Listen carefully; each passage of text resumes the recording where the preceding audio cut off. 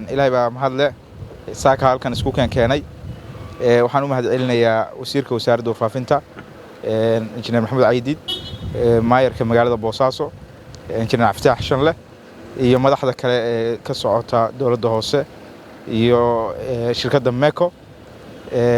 anoo ku hadlaya afka Dahabshiil Group saaka waxaan halka u joognaa dhagax dhiga argada maqaska ee magaalada Boosaaso oo ay maalgelinayso shirkadda Dahabshiil Group oo Somtelna ay ka mid tahay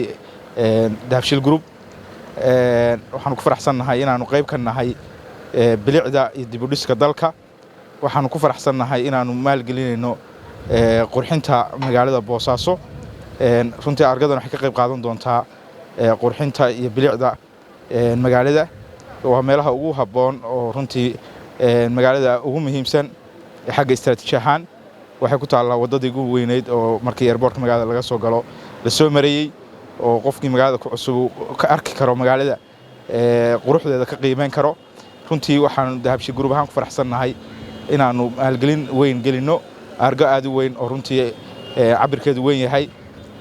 design ahaan iyo naqshad ahaanna aad looga shaqeeyay inay tahay argada ugu qurux badan argooyinka ugu qurux badan laga dhiso ay ka mid noqon doonto saaka dhagax dhigeedana joognaa insha Allah waxaan rajaynaynaa match bilowgeedana inaan isku iman doono haddii alla idmo xarig jarkeeda iyadoo aad maaragtay design-kana aad muuqaalada ka daawan doontaan sida loo qurxiyay runtii waxaan aad ugu mahad celinayaa dawladda hoose oo hormuud u ahayd qorshahan oo iyadu maaragtay nagu hogaaminaysay waxaan u mahad celinayaa wasaaradda faafinta oo shirkadda isgaarsiinta mar walba iyaduna garab taagan oo waxa weeye kala shaqeynaysa inay qayb ka noqdaan horumarka waddanka socda guud ahaan waxaan aad iyo aad saaka ugu faraxsanahay inaanu qayb ka nahay qurxinta iyo dib u dhiska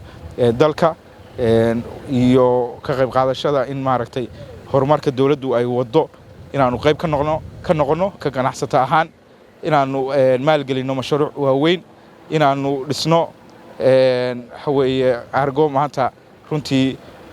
qayb weyn ka qaadan doonta bilicda magaalada Boosaaso magaalooyinka kale ee Puntland sidaas la mid insha Allah sanadka 2025 uga qayb qaadan doona dib u dhiskooda Boosaaso ku ekaamayso kaliya argada in qayb ka noqonay